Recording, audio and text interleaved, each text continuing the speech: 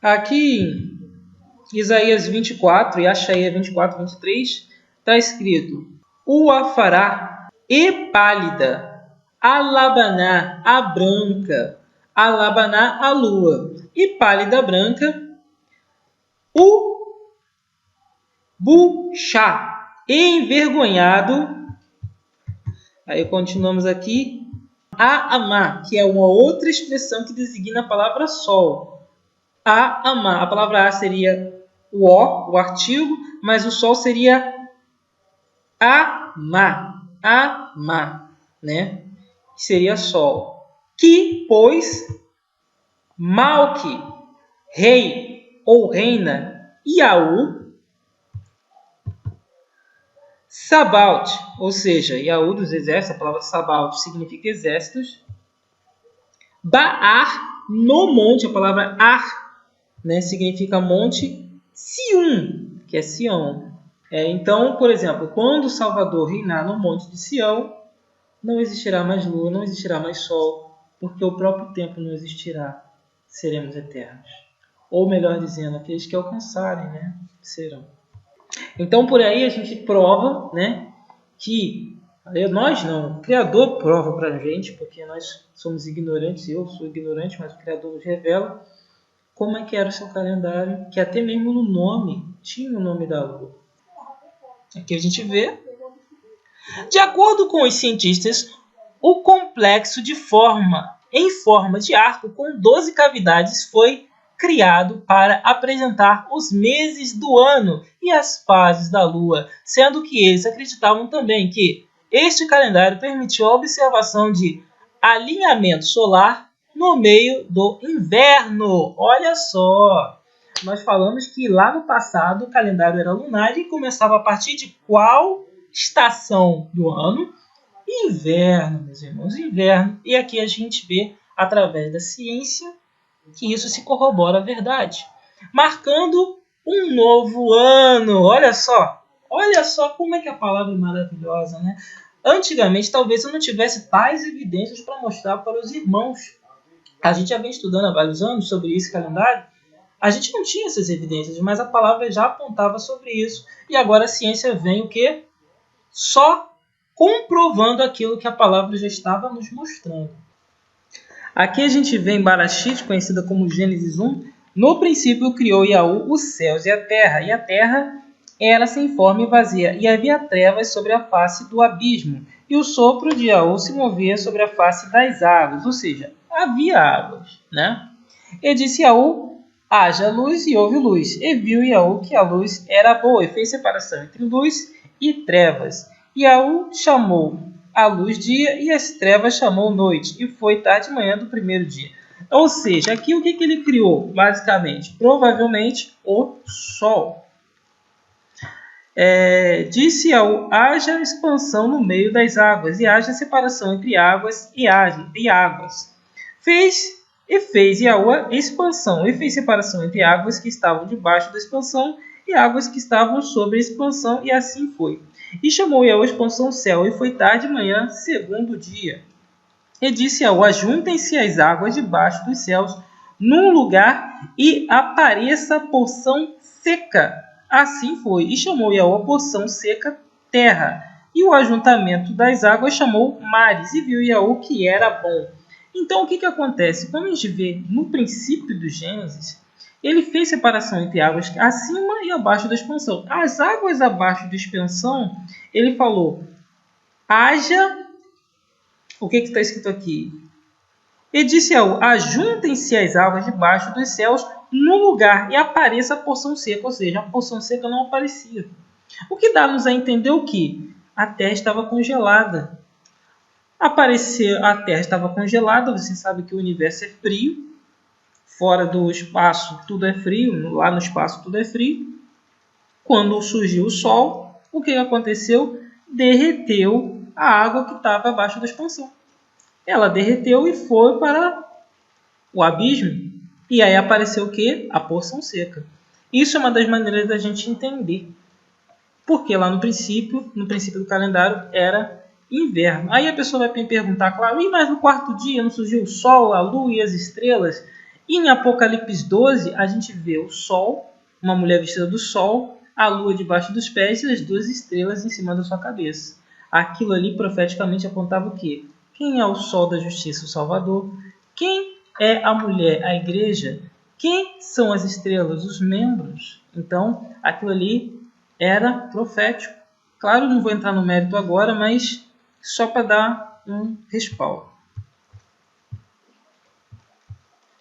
Os poços foram periodicamente recavados, provavelmente dezenas e centenas de vezes nos 4 milênios de uso. A análise do sítio arqueológico foi realizada por uma equipe de especialistas liderada pelo professor Vincent Gaffney, da Universidade de Birmingham. Confira a localização do calendário no vídeo abaixo. Então, se você quiser ver, está aqui no site Mega Curioso. E entre esses tem outros sites, eu achei essa aqui uma matéria mais interessante. A pesquisa demonstra que a sociedade da Idade da Pedra de 10 mil anos atrás era muito mais sofisticada do que se suspeitava anteriormente.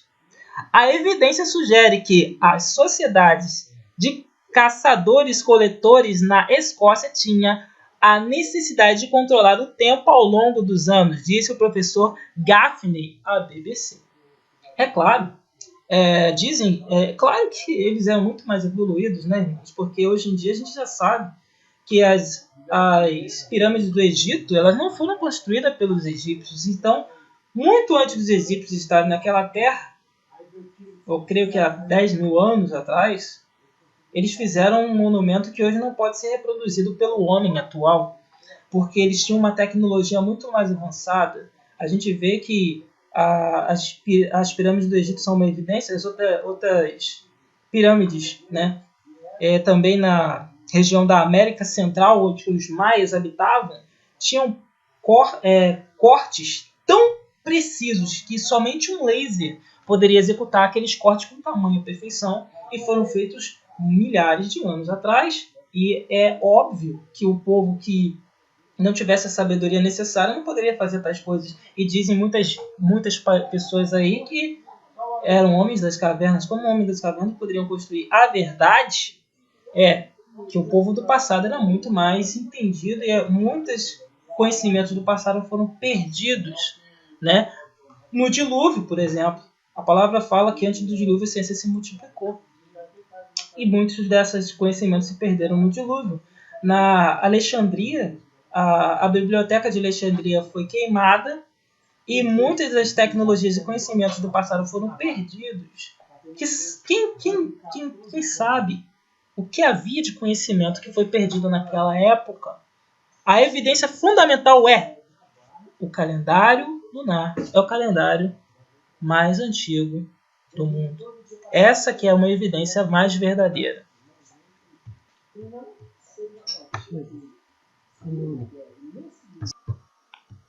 Então o calendário começava nessa época, a partir do inverno do hemisfério norte. E a arca repousou no 7º mês, no dia 17 do mês, sobre os montes de Ararat. Ou seja, o 7º mês são 6 meses de inverno e 6 meses de verão bíblicos. Aqui em 8:22, olha o que está escrito aqui.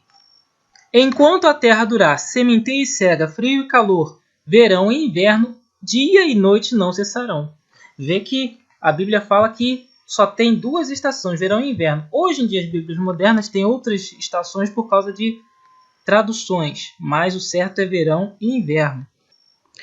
E a arca repousou no 7º mês. O 7º mês representava o princípio do verão. E ela repousou no 7º mês, que era o princípio do mês de verão. Então a gente tem 6 meses de inverno, 6 meses de verão.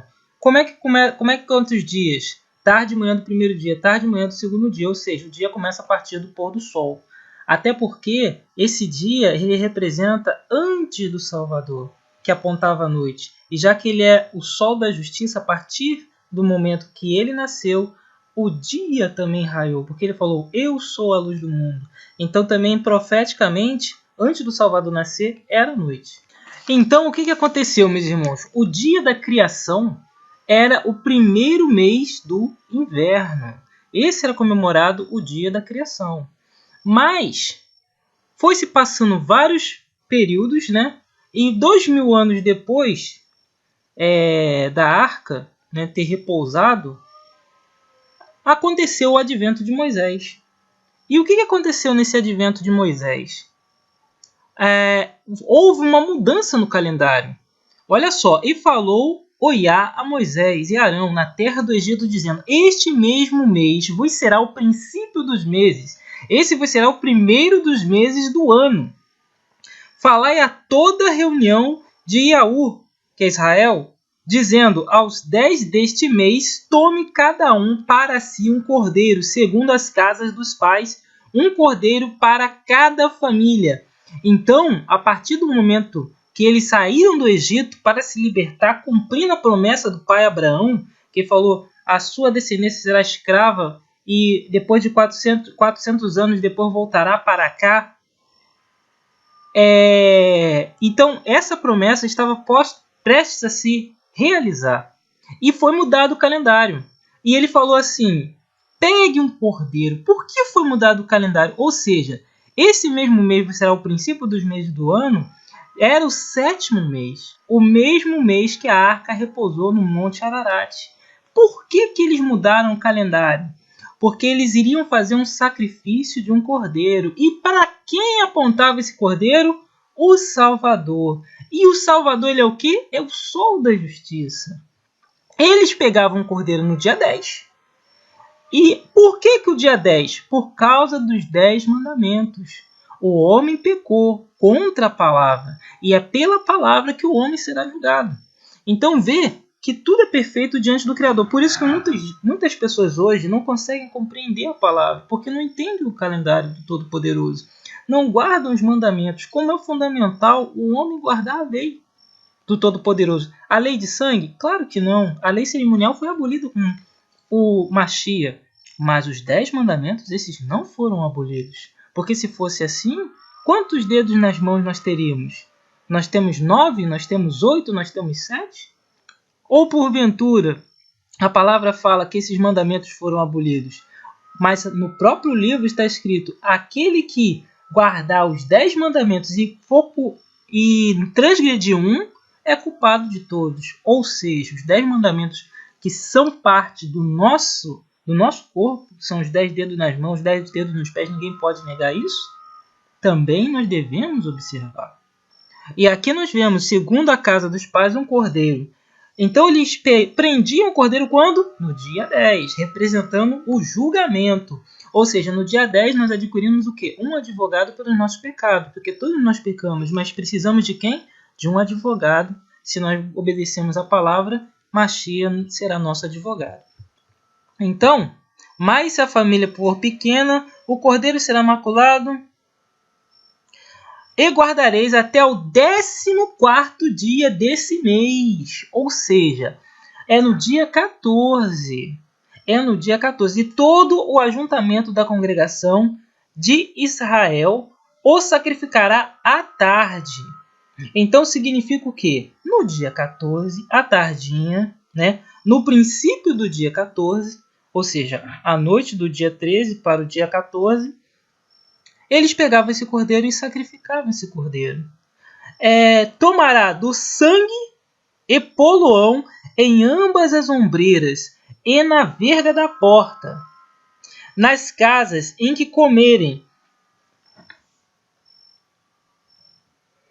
E naquela noite comerão a carne assada no fogo, com pães asmos, com ervas amargosas. Perdão, meus irmãos. Perdão.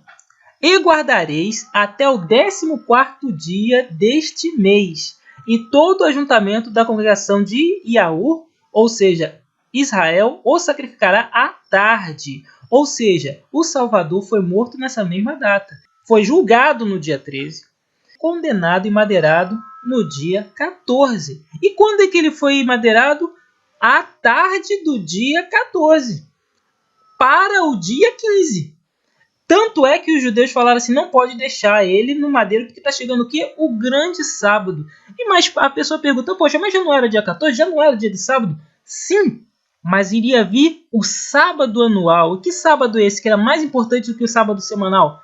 O sábado do asmo. Tanto é que ele fala aqui, tomarão do sangue e pô-lo em ambas as ombreiras e na verga da porta e nas casas em que comerem. Naquela noite comerão a carne assada no fogo, com pães asmos. Ou seja, a partir do dia 14, começando a partir do dia 15, já começa a semana do asmo. São 7 dias que a pessoa não pode ter fermento dentro da sua casa. E naquela noite comeram carne assada, com as asmos e com ervas amargosas, e comeram. Não comereis dele cru, cozido na fressura, e nada dele deixará até amanhã. Nada dele deixará até amanhã, mas o que dele ficar até amanhã queimará no fogo. Assim, pois, o comereis, os vossos lombos cingidos, os vossos sapatos nos pés, os vossos cajados na mão, comereis apressadamente. Esta é a Páscoa do Iá. Este é o dia que vos será memorial, e celebrarei por festa ao Iá. Nas vossas gerações celebrarei por estatuto perpétuo, ou seja, esse é um dos mandamentos que é eterno. Não importa, antes eles faziam um sacrifício, e hoje nós comemos o pão e bebemos o vinho. 7 dias comereis pães asmos, aí que está. Depois do dia 14, a partir do dia 15, eles comemoravam o quê? A festa dos pães asmos. 7 dias comereis pães asmos. Ao primeiro dia tirareis o fermento das vossas casas, porque qualquer que comer pão levedado, desde o primeiro até o 7º dia, aquela alma será cortada de Israel. Olha só a gravidade disso. Ou seja, o primeiro mandamento falava que tinha que fazer ceia. Mas a ceia é importante? Com certeza. Mas aqui é uma coisa ainda mais importante no tocante de que aquele que não fazer isso será morto. A alma será cortada. Por isso que eles falaram falaram assim, não podemos deixar ele no madeiro, porque já está chegando o grande sábado. Porque a alma que pecar nesse momento será cortada de Israel, de Yaú. Então, ou seja, eles davam mais importância ao dia 15 do que ao dia 14. Agora, obviamente, hoje em dia, nós não devemos tirar mais o fermento da nossa casa, mas nós devemos tirar o pecado da nossa vida. Até mesmo o próprio Paulo fez uma alusão a essa passagem. Quem vos convenceu a agir assim? Não procedeis daquele que vos chama. Não procede daquele que vos chama. Sabeis que um pouco de fermento leveda toda a massa. Quanto a vós, estou convencido no Iá de que não pensareis de outra forma, mas que aquele que vos perturba, seja o que for, quem for, sofrerá condenação. Ou seja, isso significa que o pecado, o fermento representava o quê? O pecado.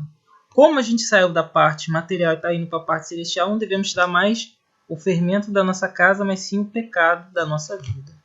Então a gente vê aqui, guardareis, pois, a festa dos asmos, porque naquele mesmo dia tirei vossos exércitos da terra do Egito, pelo que guardareis a este dia nas vossas gerações por estatuto perpétuo. Mas então a pessoa pensa assim, poxa, então a gente deve guardar o dia ao fazer os asmos hoje? Ora, se a gente for ver, a lei ela se aperfeiçoou. Antigamente a lei exigia o quê? Circuncisão. Hoje a lei não exige mais circuncisão, porque não estamos debaixo do pecado. A circuncisão se transformou em batismo. Da mesma forma que o pão asmo, a partir do momento que nós nos batizamos, nós não precisamos mais tirar o fermento da nossa casa. Aquilo era um simbolismo, mas sim o pecado da nossa vida. A gente continua praticando o asmo não simbolicamente, mas espiritualmente, celestialmente. No primeiro mês, ao 14 dia, olha só isso aqui, hein? No primeiro mês, ao 14 dia do mês, à tarde, comereis os pães asmos, até 21 do mês à tarde. No primeiro mês, ao 14 do dia do mês, à tarde, comereis os pães asmos, ou seja, A tarde do 14 representa o princípio do dia 15. 15, 16, 17, 18, 19, 20, 21. São 7 dias. Por 7 dias não se ache fermento nas vossas casas, porque qualquer que comer pão levedado, aquela alma será cortada da congregação, assim o estrangeiro como o natural. Então esse primeiro mês de verão, que era o 7º mês da criação, apontava o Cordeiro. Ou seja, esse primeiro mês que era o 7º da criação, apontava o primeiro mês de verão, e também apontava o nascimento do Salvador. Aquele cordeiro representava a sua morte. O Salvador nasceu no mês de verão. Eis que eu vos tirarei das trevas e vos mostrarei a minha maravilhosa luz. Sabemos que nos meses de inverno, muito dificilmente a luz aparece no hemisfério norte, porque lá faz muito frio. Mas os primeiros raios de sol vêm a partir do verão. E foi exatamente nessa data que o nosso Salvador nasceu. E é essa data que Moisés estava comemorando. Tanto é que ele fez o sacrifício nessa data, que apontava exatamente a data que ele também morreu. Ou seja, ele nasceu e morreu no primeiro mês de verão. Nasceu no dia 1º e morreu no dia 14. Mas a partir de que data a gente começa a contar o mês? Ou seja, aqui em Jó a gente tem o significado da lua nova. Depois disto abriu Jó a boca e amaldiçoou seu dia. E Jó falando disse: pereça o dia em que nasci, e a noite em que se disse foi concebido um homem. Converta-se aquele dia em trevas, e Iaú lá de cima não tenha cuidado dele, nem resplandeça sobre ele a luz. Contaminem-o as trevas, e a sombra da morte habitem sobre ele. Nuvens, negros vapores do dia o espantem. A escuridão tome aquela noite, e não se goze entre os dias do ano, e não entre no número dos meses. Ou seja, ele estava falando que a partir do dia 28 entra o quê?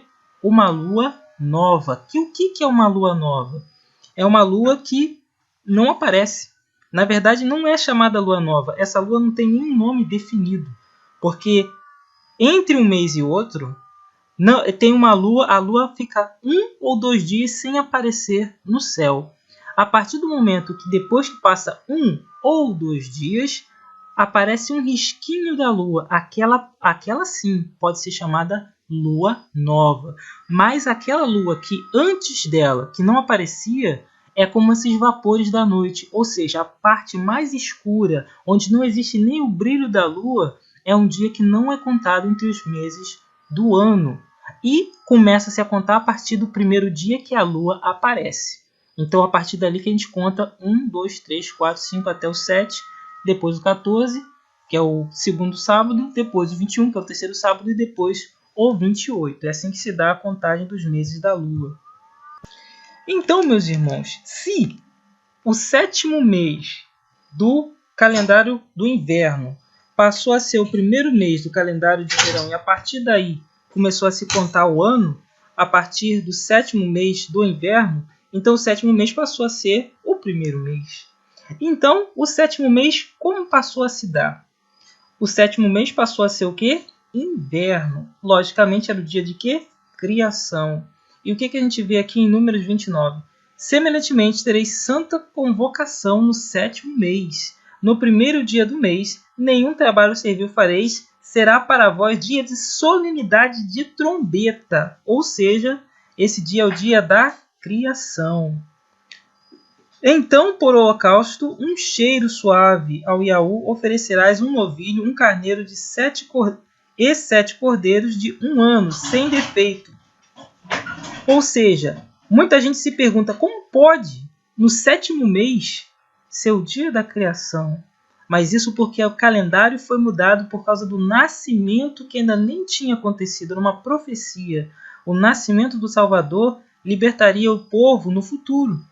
E aquele cordeiro libertou o povo no passado, aquele cordeiro cujo o sangue foi colocado nas ombreiras das portas, libertou o povo do Egito. O Egito representa o mundo. Assim, quando nós nos batizamos no Iá e nós fazemos uma aliança com o Salvador, nós também nos libertamos do mundo, ou seja, do Egito, que era uma sombra do mundo lá no passado. Por isso que ele cita aqui em Números 29, semelhantemente era esse pura convocação no 7º mês, no 1º dia do mês. Nenhum trabalho servil farei, será para a voz de o quê? De sonido de trombeta, ou seja, criação, porque a criação se dá no inverno. Então ficou 2 calendários, um calendário começando a partir do verão, apontando o Salvador, porque ele é o sol da justiça, e um calendário a partir do inverno, representando o calendário da criação.